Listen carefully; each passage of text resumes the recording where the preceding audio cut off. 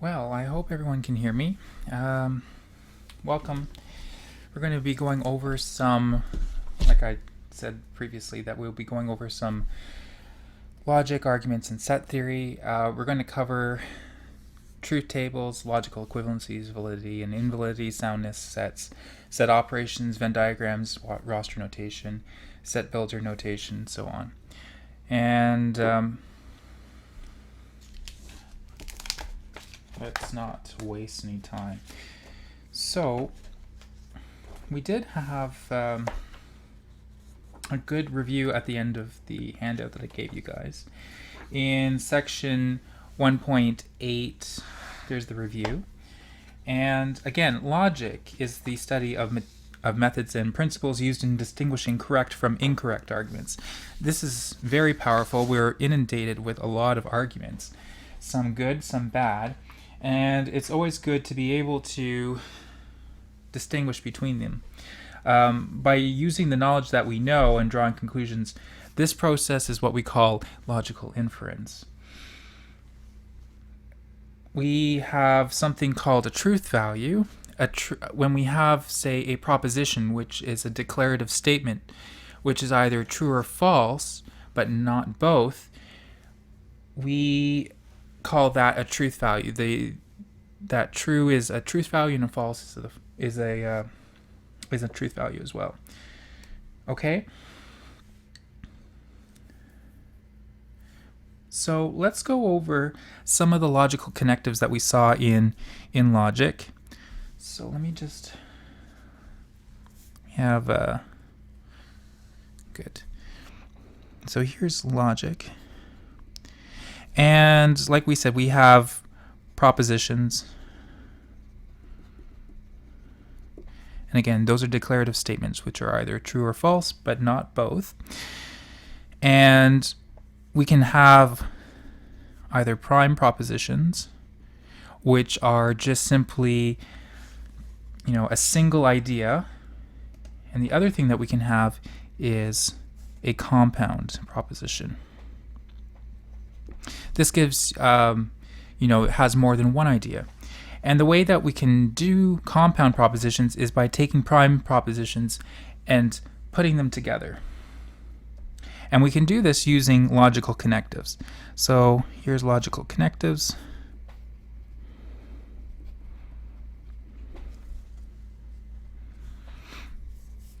So one of the connectives that we can use is the and. We can have P, we have two, say, prime propositions, and we're going to do P, and we want to do and. And this is the and. Or that's called the conjunction.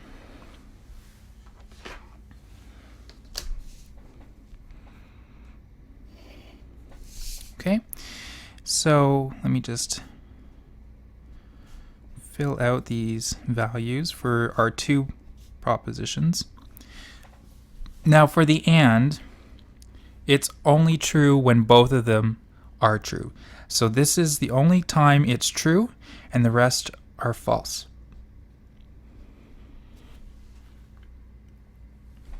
Okay. If you guys have any comments or questions, make sure to just put them in the chat and I'll see them. The next thing that we're going to do is we have this symbol. Let me use a different color so to highlight it. And I'll use, say, this color here. And that is the inclusive. So this is the and or. Okay.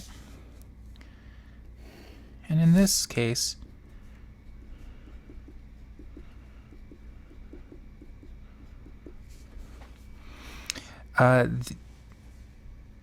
P or Q is only true if at least one of them is true. So in this case, we have both of them are true, so this is true. I have a true there, so true. There's a true there. And then last, I don't have any, so this is false. Okay. The other form of disjunction is the exclusive disjunction, and that is where we have the V, and we put a little bar under it to denote that it's just a exclusive disjunction. So I have P or Q. So this is P or Q, but not both.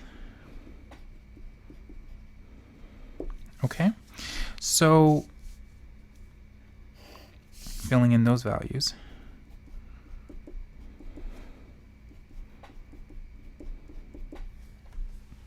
In this case, it's only true when one of them is, and then it's false for everything else. So because these are two trues, this is false. Because there's only one true, this is true, and this one is false. Okay. The next part, the next one that we had was the implication.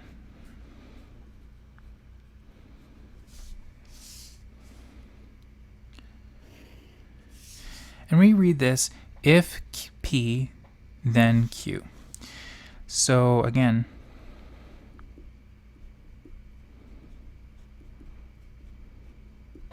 if we remember our implication, you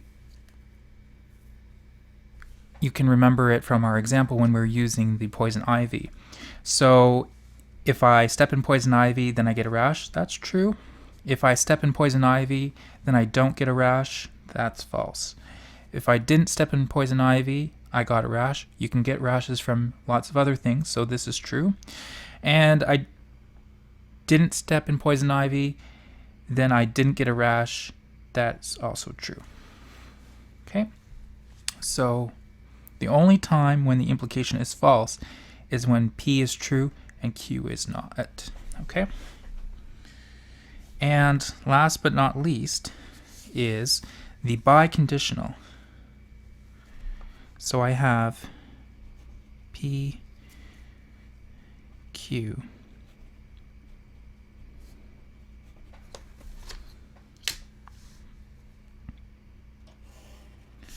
Okay? And the biconditional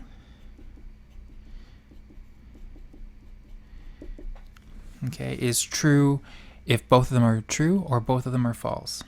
So this is true here, or if both of them are false. And the rest we fill in with false.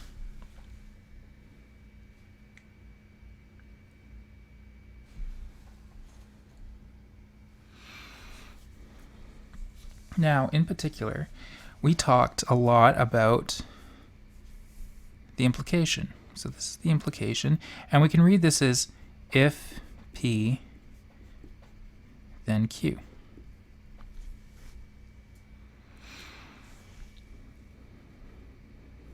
So there's also logical variance on this. So if we call this the implication, this is P implies Q. We also have other logical variants, which is we can do the converse, which is Q implies P. So the implication is going one way, the converse is going the other. We have the inverse, which is not P implies not Q. And also we have the contrapositive,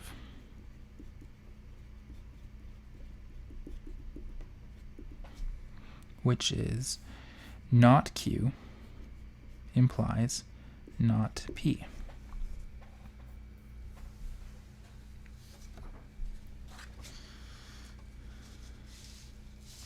Now, what I can tell you is that this one and this one are logically equivalent, and this one and this one are logically equivalent. So we can actually show that. Let me put down those two statements. What I'm going to say is that P implies Q is logically equivalent to the contrapositive, which is not Q implies not P. The other one that I have is that I have Q implies P is logically equivalent to not P implies not Q. So this is the implication. Here is the contrapositive. I have the converse is logically equivalent to the inverse.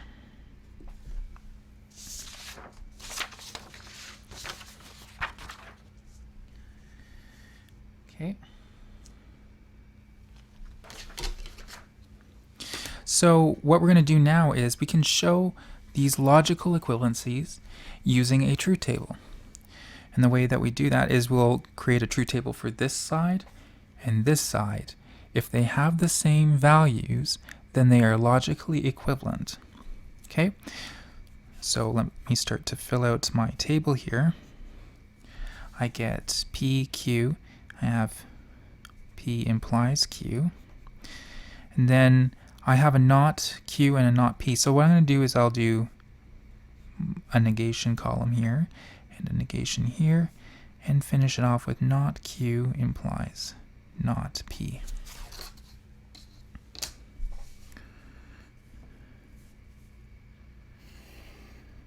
Okay, so filling that in, I have true. I have my standard columns here. And we can put in our values that we know for the implication. So I have steps in poison ivy, I get a rash, that's true. I step in poison ivy, I didn't get a rash, that's false. I didn't step in poison ivy, I got a rash, that's still true because I could have got it from somewhere else. And lastly, if I didn't step in poison ivy and I didn't get a rash, that's true. Okay, with the negation, I just flip the values. So true becomes false and false becomes true. Similarly, I have false, false, true, true. Next, I have this. I can do the implication again. I didn't step in poison ivy. I didn't get a rash. That's true. I stepped in poison ivy. I didn't get a rash. That's false. And lastly, I have two more. I didn't step in poison ivy. I did get a rash. That's true. And I stepped in poison ivy. I did get a rash, so that's true. So notice that I have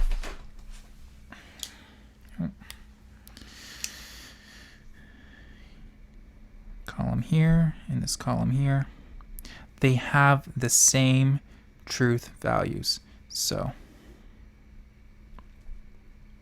okay,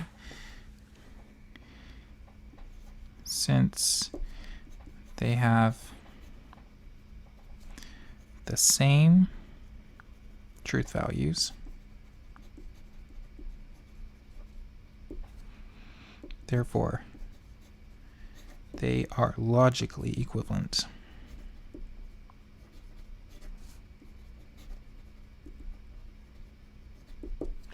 And actually, that's my proof for it. Okay.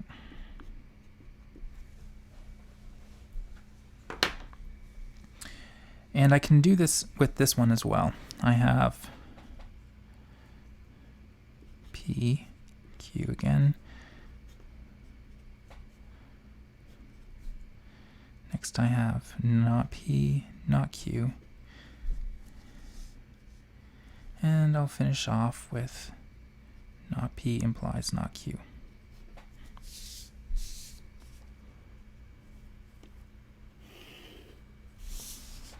Okay, so again, filling in our truth table.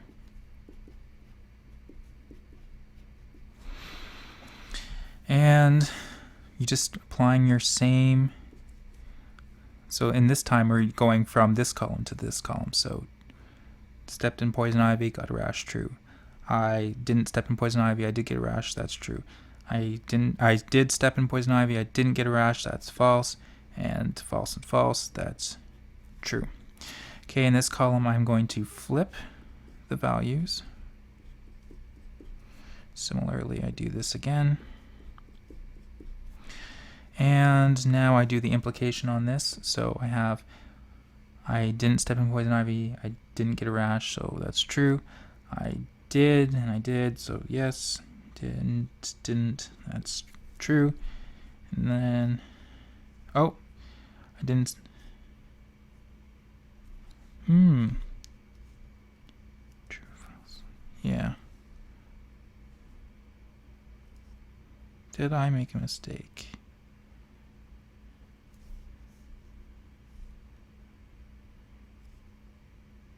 I did, because right here should be false. And uh-oh. Hopefully I didn't make a mistake now. Okay.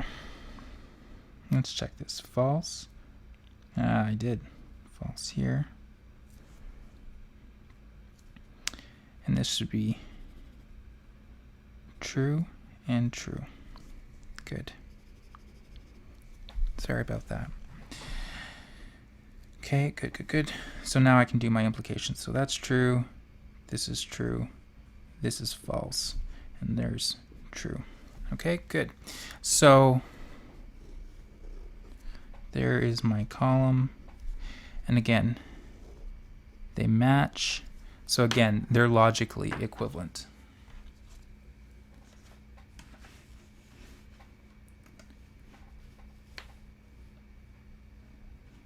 Okay. Hopefully it's still streaming.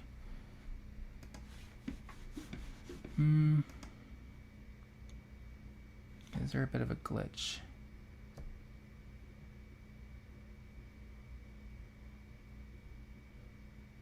Okay, perfect. Now I can see it.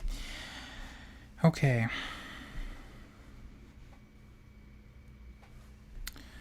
So I've done that. I've shown you how to use a truth table to show two propositions are logically equivalent. Let's see, what's the next thing that we should do?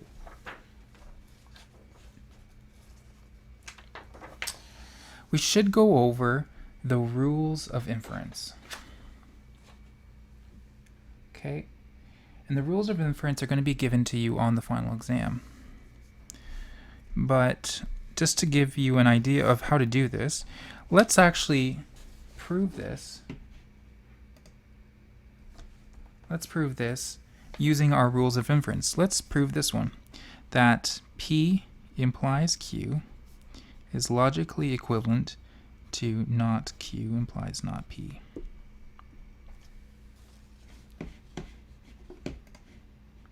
Okay. So let's prove that using our rules. So here's the proof. So I start on the left-hand side here. Okay, and that's logically equivalent to, now I can use the implication rule. So that goes not P or Q. And this is by the implication rule. Remember to put down your justifications for each step of your proof. The next thing that we can do is I can change this. I can change the order by commutativity. Then what I can do is, here's my double negation.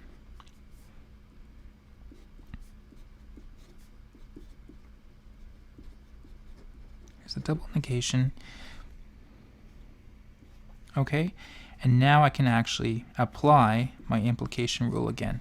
So I have not Q implies not P. So I get not Q implies not P. So again, if I go backwards, this is by the implication. It's not Q or not P, which is exactly what I have above here. And I've done my proof there. So short 1, 2, 3, 4 liner. I can also show that the converse is logically equivalent to the inverse. And the way I can do that is Q implies P is logically equivalent to not P implies not Q. And here's the proof for that.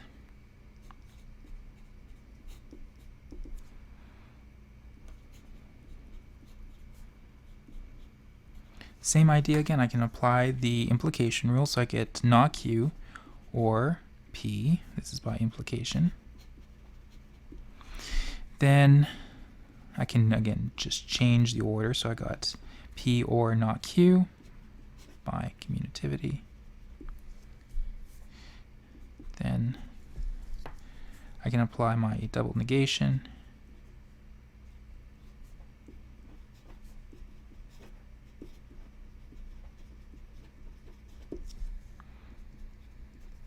And then lastly, I can apply my implication rule. So not P implies not Q. And again, not P or not Q gives me that statement above. Good, so I've actually shown that. So I've done it two different ways now. I can prove a statement using a truth table, or I can prove this using the rules of inference. On the exam, you will be asked to use a specific method and to show something. So, and if it doesn't say anything, then you're free to use whatever method that you're more comfortable with.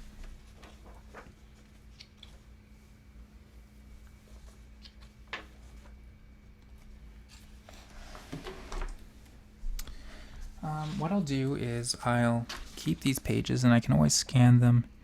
And if you want them, I can always give a copy. Feel free to, again, use the chat. If you want me to do a specific question, just put it in the chat room and I'll see it and we can do that. I have the textbook with me, the basic discrete math, so let's do one of these. A little bit harder question, just to make sure. So here's one. You could have that P, okay, sorry, I have to switch back. P and Q implies P, and I'll use a tautology. So here's the proof. So I'm going to work from the left-hand side, and hopefully I'll get to the right hand. So again, I copy this down. P and Q implies P. Okay, I notice that I have an implication, so that's the first thing I'm going to get rid of.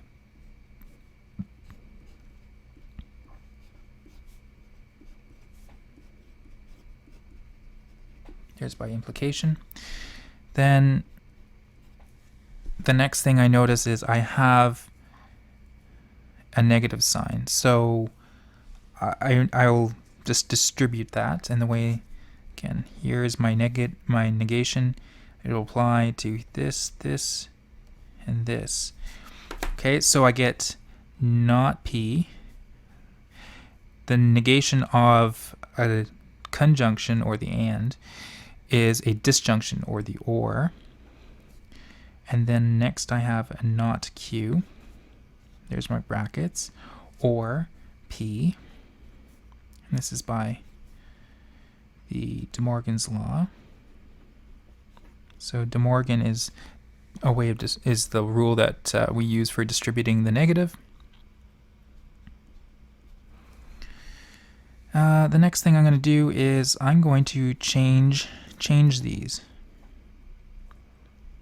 I'm going to swap places, and I can do that by commutativity. There's by commutativity. Then the next thing I'm going to do is I'm going to shift those brackets so that I get, because I have the same bracket or the same operation, I can just take these brackets and shift them. So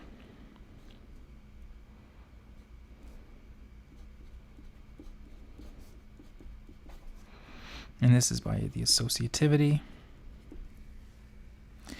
Then the next thing is P or not P. This is a tautology. You know, if the great Shakespeare had learned his logic, he would have said to be or not to be is a tautology. So this is by the excluded middle.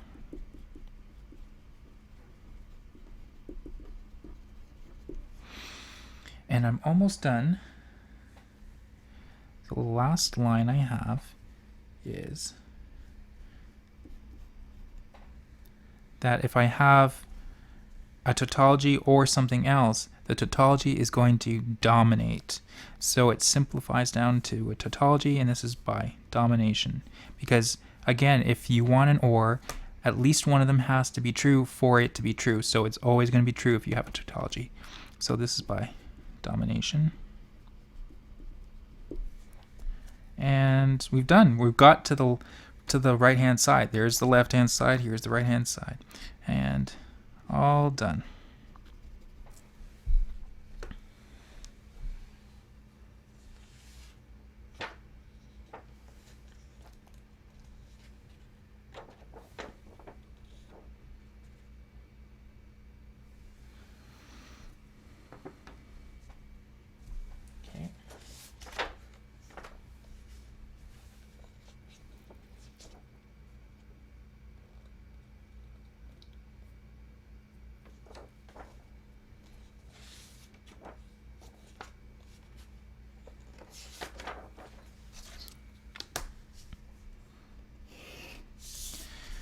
Okay, so this is, I have my third page here. Okay, so the next thing we're going to do is, what is an argument?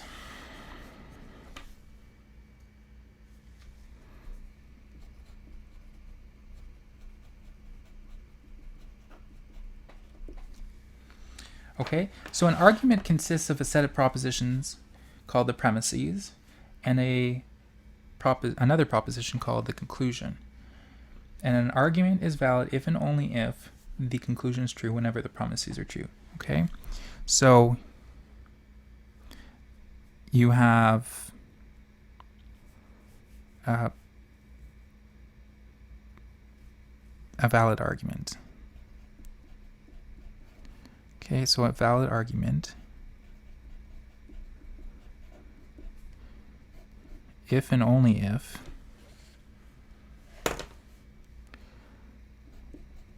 the conclusion is true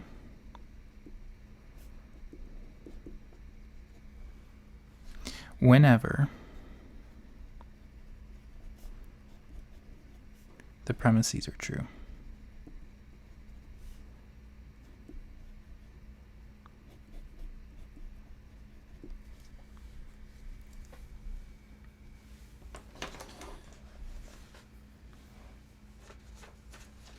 So let's do an example.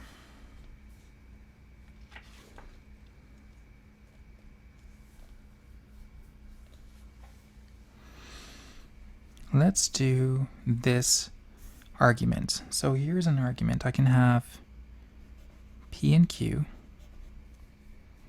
I can have not P, therefore Q. So this is a premise. Here's our premise, and here's our conclusion.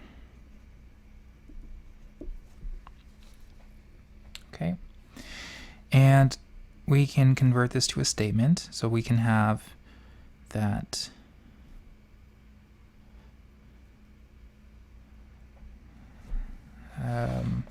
we can actually do this a couple of ways. But the first thing we're going to do is we'll show that this is true by just using this definition right here. So I have two prime propositions. I have P and Q. Here's my first premise, here's my second premise, and My conclusion's right there. Okay. So again, I fill in my true table. True, true, false, false. I have my conjunctions, so again, it's only true when both of them are true. And lastly, I flip. Okay, so here are my premises. Here's my conclusion. And what I'm going to do now is I'm going to look for when I have both true premises. So I look down here, I look down here, I look down here, I look down here. Well, I don't seem to have any of them where they're both true. So I'm not sure. So what I can do is I can go to another method since I don't know for sure. And that method is that I can translate this into a statement. I can translate this into P and Q. So this is one of the premise. So if premise 1 and premise 2 implies Q, which is our conclusion, this is valid if this is a tautology. Okay, so at this point I don't know if that's true or not. So I can do it this way. And so what I'm going to do is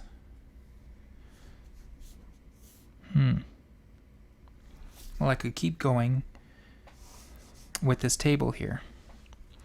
So what I'll do is I have my P and I have my Q. So what I'll do is I'll do P and Q and not P. So I'm just going to take these two columns, I'm going to use the and. So this is false, I have false as well, and here's false. And then I'm going to take this and I'm going to do an implication. So P and Q and not P implies Q. So it's this column implying this column. So false implies true, that's true. False implies false, that's true. False implies true, that's true. And last I have false implies false, that's true. So I have a tautology. Okay, since the statement P and Q and not P implies Q is a tautology, therefore it is a valid argument.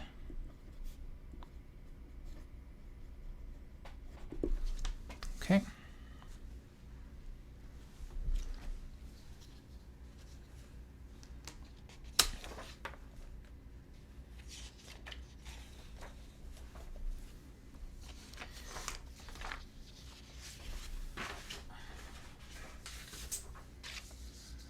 Here's page 4. We covered 3 main arguments in class. We had modus ponens. Okay.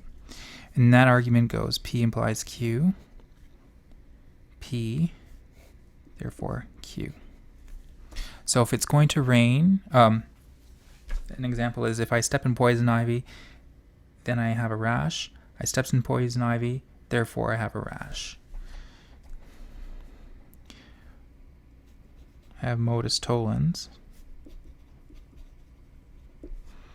so that I have P implies Q, not Q implies P, not P. And again, that's like this is saying that like our contrapositive.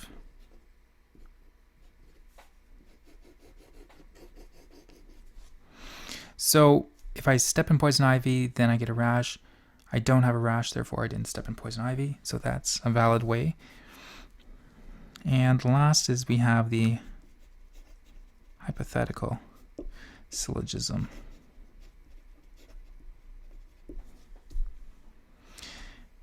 So that I have P implies Q and Q implies P, therefore P implies R.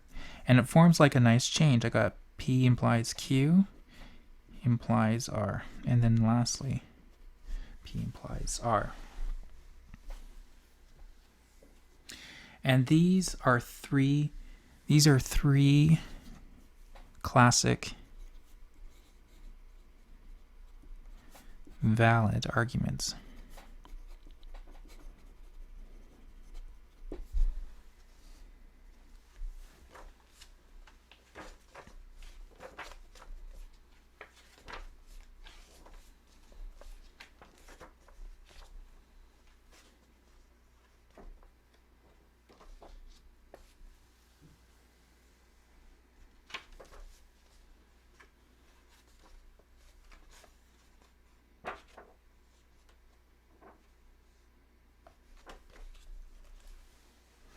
Another thing that we talked about in class was about the difference between truth and validity. And this is an important thing, that truth is a property of propositions.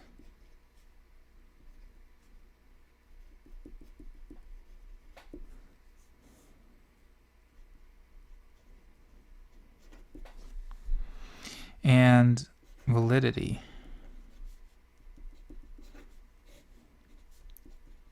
is a property of arguments.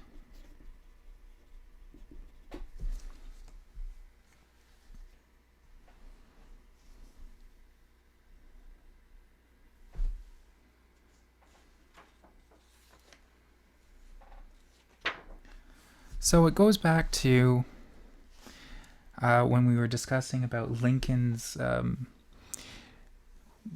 when Lincoln was discussing about that some of the opponents for not abolishing slavery. Sorry, there was too many negatives in there. When Lincoln was talking about the people who thought that slavery was enshrined as a right in the Constitution. And Lincoln said, yes, the valid that they're proposing, or the argument that they're proposing is valid, but the truth of the propositions aren't. And so therefore we cannot be sure about the truth of the conclusion. Okay?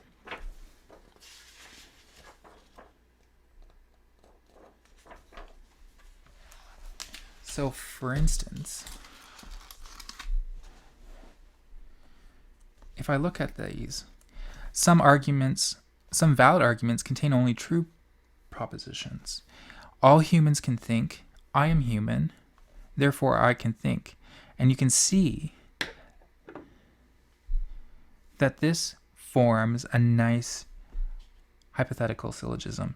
I have I implies H implies T, so therefore I implies T. And that's what we get for a conclusion. So it's a valid argument, and these are true propositions. We have some valid arguments contain only false propositions. So again, this is a valid argument. I have D implies C, C implies F, and so then therefore D implies F, and I get that. This is another hypothetical syllogism. But again, the premises are false. All cats understand French. All dogs are cats, therefore all dogs understand French. These are all false propositions. So just to highlight something is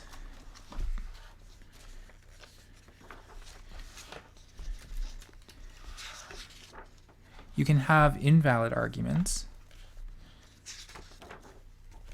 Oops, let me shove this. Don't know if I'll be able to do this. There we go. So I have my table here. I have invalid arguments, and I can have true premises and a true conclusion, and have an invalid argument. I can have a false premise with a true conclusion again, still being an invalid argument. And I can have true with a false conclusion and false premises with a false conclusion. But what's really interesting is that when we look at the valid arguments, the only time that we can be sure we can have, true premises and get a true conclusion. We can get a false premise with a true conclusion. But we can't get a valid argument where we have true premises and a false conclusion. Okay? So that's the important point, is that if you have a valid argument and you have true premises, you can't get a false conclusion. So this brings us to an important definition right here. When an argument is valid and all of the premises are true, we call the argument sound. So when someone says that it's a sound argument, the argument is valid and all the premises are true, and therefore you can be certain that the conclusion is true. If the argument is not valid, if the argument is valid and all the premises aren't true, then we can't be sure of the conclusion, and we call that an unsound argument.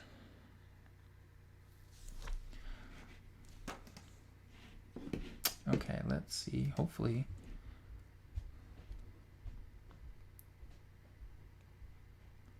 Just checking on the strength of YouTube. Okay, good. Okay, so that's important. If you don't have a valid argument, then you can't be sure of the conclusion. Okay, so then just as a nice review, we have this table right here. Modus ponens. These are the four main types of syllogisms. We didn't cover the disjunctive syllogism. So we covered modus ponens, which was P implies Q, P, therefore Q. I have modus tollens, which is P implies Q, not Q, therefore P. And lastly, I call it the chain link, right? So I have P implies Q, Q implies R, so therefore P implies R, therefore, okay? And that's all that we did in terms of arguments in the book.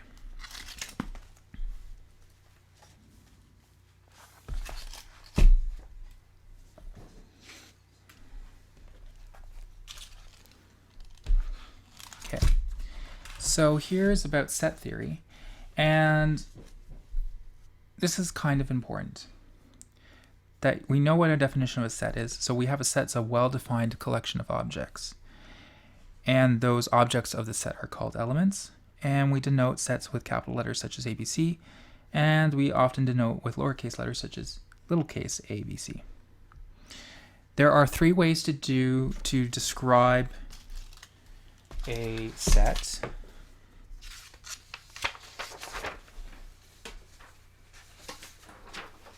We can use a Venn diagram.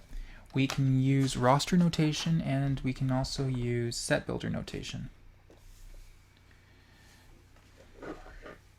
So three ways to describe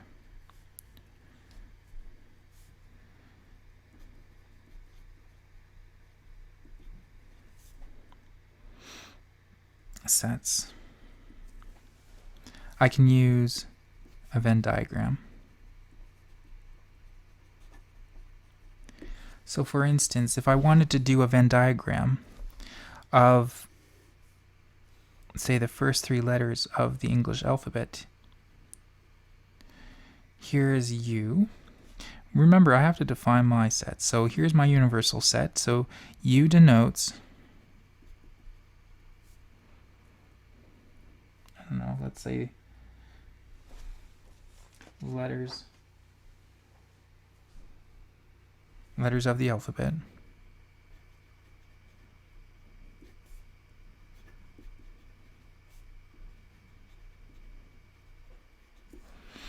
And I let A denote the first 3 letters.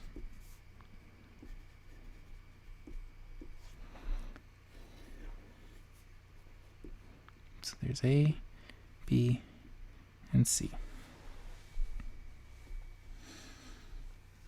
The other way that I could do this is using roster notation.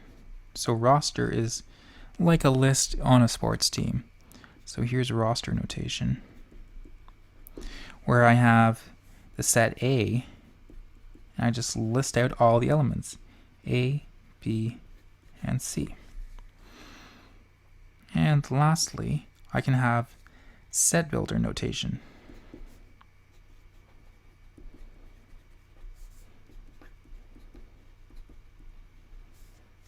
And I can do A is, X is an element in the universal set. So it's an element in the letters of the alphabet such that X is the first 3 letters. Okay, so this is the desired property that we want for that set in the inclusion in that set. This is saying that this is an element. So this is saying X is an element of U. Right here is such that, oops, I'm using shorthand, such that, and then I have my property. So I would read this. A is the elements in, A is the set of all the elements of the universal set, which is the letters of the alphabet, such that X is the first 3 letters. So those are the 3 ways that we can denote a set.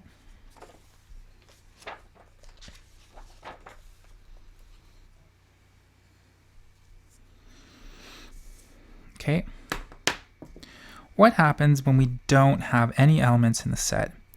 Well, that is called the empty set.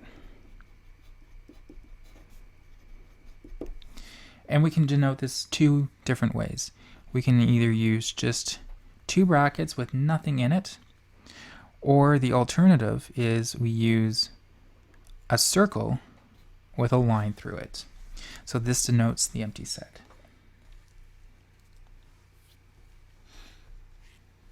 Okay. The other thing that we're often interested in is how many elements are in that set. So if I go back to this example that we had the first 3 letters of the alphabet, A, B, C, and I have it in roster notation, there are 3 elements in this set. And the way that we denote this is we use n. N of A is 3.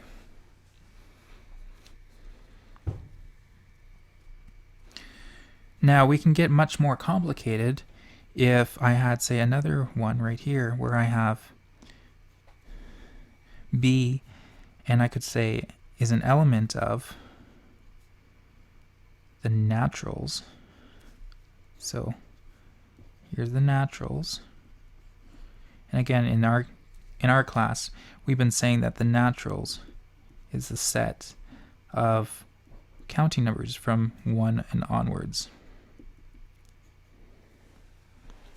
So X is an element of n such that, and then we have our condition. So let's say that I have between 5 and up to 8. And then I ask you, what is the number of elements in it? It doesn't hurt to write them out, so convert this into roster notation. So this would be all the elements in the naturals. So it doesn't include 5 because I don't have the line underneath it. So it's from 6, 7, and it then also includes 8 because I have the line under it. Because I read this as 5 is less than x, less than or equal to 8. So I have, again, there's 3 elements, so therefore there's 3 elements in B.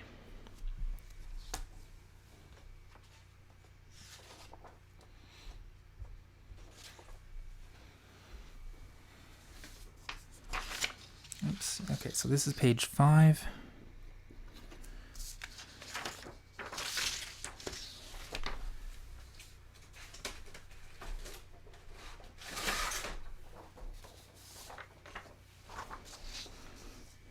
Okay, so the next thing that we need to talk about is a subset. So if I write A is a subset of B, well, what this means in terms of a Venn diagram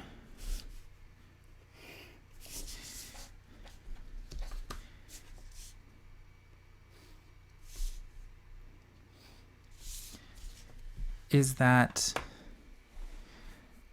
it's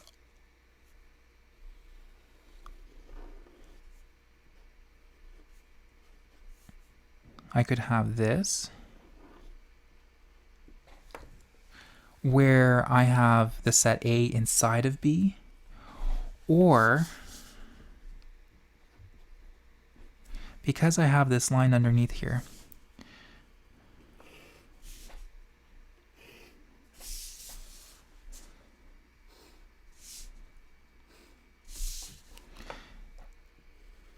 that line under that here actually means that it could be equal to one another. So I could actually have this set A is equal to B. Okay? So what if we want to say that it's not equal for sure, that it's just this one diagram right here? Well, then all that we do then is we don't put that line underneath it, so that I get A is a proper. So then in this case, this is a subset. And in this case, we call it a proper subset.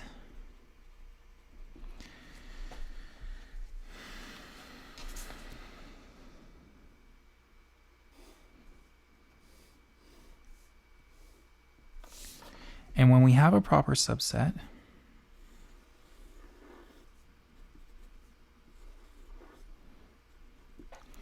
it means that there is at least one element that is in B but is not in A.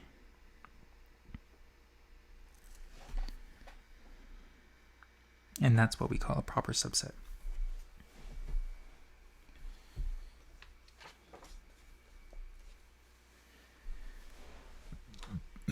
So for instance, if we think back to our numbers, we have the naturals,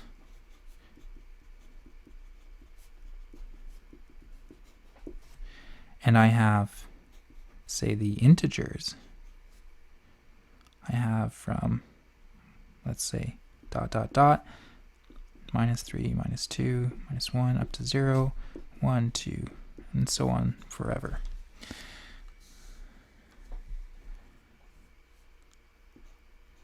The natural numbers is a proper subset of the integers. So if I drew this out, for instance,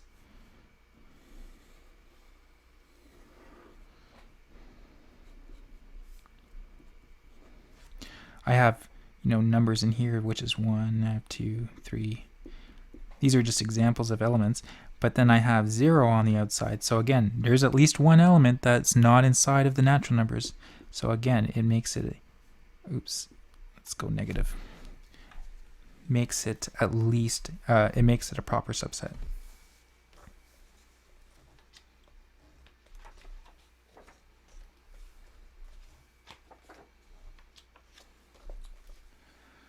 Okay, since we talked about logic and about logical connectives, we should go over some of the simple set operations. And I think then we'll call that a night. We have, if we want to have, let's say, here's my Venn diagram. Here's my two sets, A and B. And let's say that I want to create this new set and I want to include all of what's in A and what's all in B. Okay, and I can write this as A union B. Okay, and that's all the elements in the universe such that it's all the elements in A or all the elements in B. And that's great about the disjunctive or the inclusive disjunction is that this says in either, what's the and or? So it can be either in A or it can be either in B or in both, and in this section in the middle here. So it can be in both. The other one that we have in our logic, if we have the disjunction, we have the conjunction. And in this case, we're interested in what's in the middle here, or the intersection. So we write this as A, there's a little cup. Well, this is the cup, and this is another upside down one. And this is the intersection. And here's B. Oh, and this is, it's so stupid the way that I remember those cups. And it's because here, the U I have for union, just to help you remember that. U union. Okay, and the other one, intersection, doesn't match. Okay, or you can think of it to help you remember. So let me just write out in roster notation. X is an element in the universal set such that X is in A, right, because it's in there, and it's also in B. And again, you can think of this as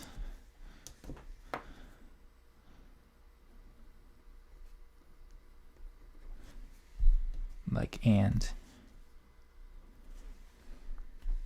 Okay? So that's how I remember it. Union with a U and the A at the beginning of it. Okay, and we did that. And I have one, let's see. I have one more thing.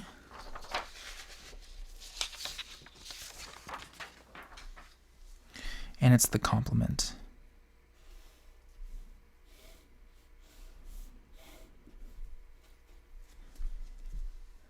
Okay, so if I have this set here, I have A, then the complement, which is A primed, is everything outside of A.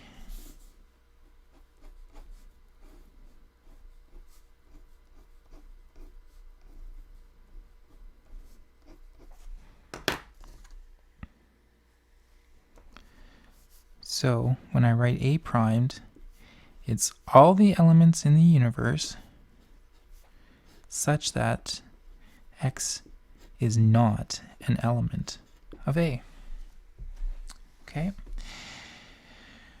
So there is the complement.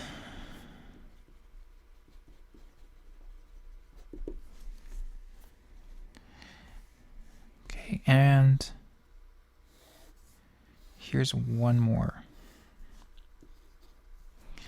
If I say A and B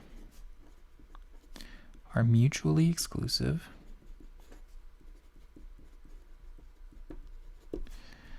this is the same as saying that A intersect B is empty.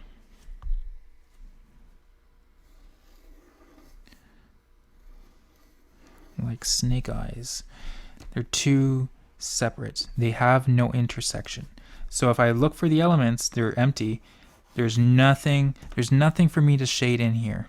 So this is what we call logically exclusive.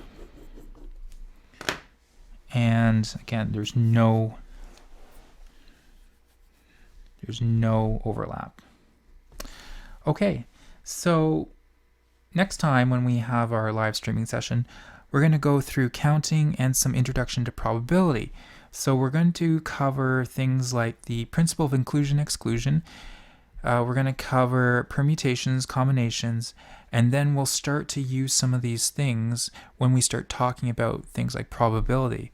Because in probability, we start to use these same ideas again from set theory, that sets are then called events in probability theory, and we want to count what those things inside those events. And so we start using the same principles from our set theory.